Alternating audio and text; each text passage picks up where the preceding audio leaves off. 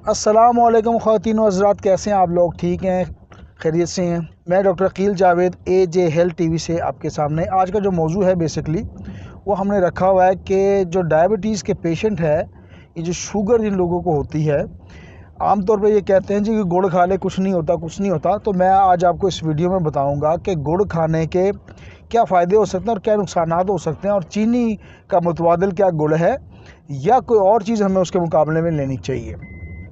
Coming back to the point कि गुड़ सेहत के लिए अच्छा है या नहीं है, या जो डायबिटीज़ के पेशेंट हैं इन पे इसकी क्या अफादियत है।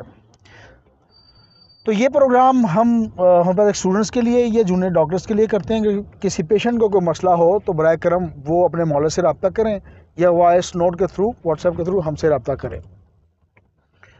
अच्छा, ये जो गुड़ है, ये चीनी है, इनका सोर्स एक ही है। गन्ने के रस से दोनों चीज़ें बनती हैं। एक प्रोसेस होता है और एक ऑर्गेनिक तौर पे इस्तेमाल होता है, यानी कि कुदरती माहौल में इस्तेमाल होता है, और दूसरे को साइंटिफिक तरीके से प्रोसेस किया जाता है केमिकल ऐड करके।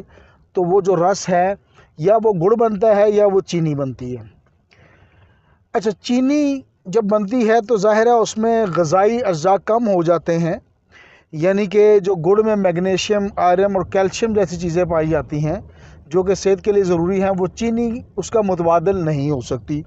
तो एक ये फ़ायदा तो मैं आपको बता सकता हूँ कि गुड़ को आप ऑर्गेनिक यानी कि कुदरती माहौल में खाएं, और चीनी जो है वो प्रोसेस्ड है। दोनों में फ़र्क ये है कि गुड़ का फ़ायदा ज़्यादा है। अब हमारा सवाल कि जो डायबिटीज़ के पेशेंट हैं या जो वेट कॉन्शियस लोग हैं, जो वेट कम कर रहे हैं या जिनको शुगर हुई है, उनको गुड़ लेना चाहिए या नहीं लेना चाहिए? तो एब्सोल्यूट आंसर इज़ नो, नहीं लेनी चाहिए। गुड़ चूँकि इसका ग्लाइसेमिक इंडेक्स 65 से 70 के करीब है, इसी तरह चीनी का भी 65 से 70 के करीब है ग्लाइसेमिक इंडेक्स। ग्लाइसेमिक इंडेक्स वो होता है कि जो एक खुराक में, किसी फल में, किसी फूड में वो चीज़ होती है जिसको शुगर का लेवल आप कह सकते हैं कि उसमें मिठास कितनी है।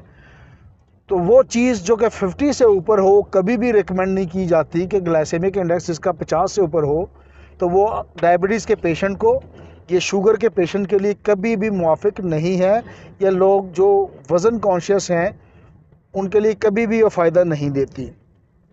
तो एब्सोल्यूट टर्म में ये तो मैंने बता दिया कि गुड़ भी अगर आप खाएंगे तो डायबिटीज़ के पेशेंट के लिए ठीक नहीं है और वज़न कम नहीं होता उससे।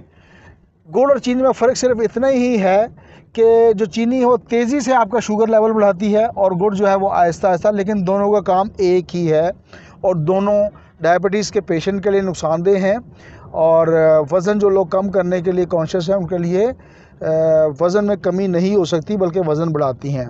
अब सवाल ये आता है नाज़रीन कि हमें क्या करना चाहिए? तो बिल्कुल आंसर मेरे पास मौजूद है। आप लोग अगर बहुत ज़रूरी है, पहले तो मिठास से परहेज़ करें, जो भी शुगर के पेशेंट हैं या जो लोग वज़न कम करना चाहते हैं, क्योंकि निशास्ता कार्बोहाइड्रेट्स दोनों में बहुत ज़्यादा मौजूद है।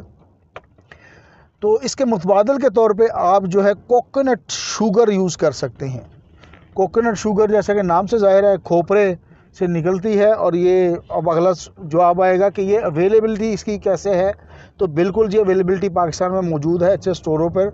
आप इसको बाई नेम तलब कर सकते हैं। ऑनलाइन दराज जैसे मीडियम है उनसे भी आप मंगवा सकते हैं। तो अवेलेबिलिटी का इशू नहीं है। अब अगला सवाल ये है कि क्या ये शुगर के पेशेंट के लिए ठीक है?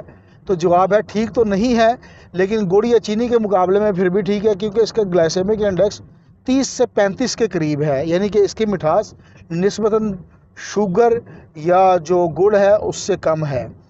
तो मैं doctor Aqeel Javed AJ health से इजाज़त चाहूँगा। Thank you very much.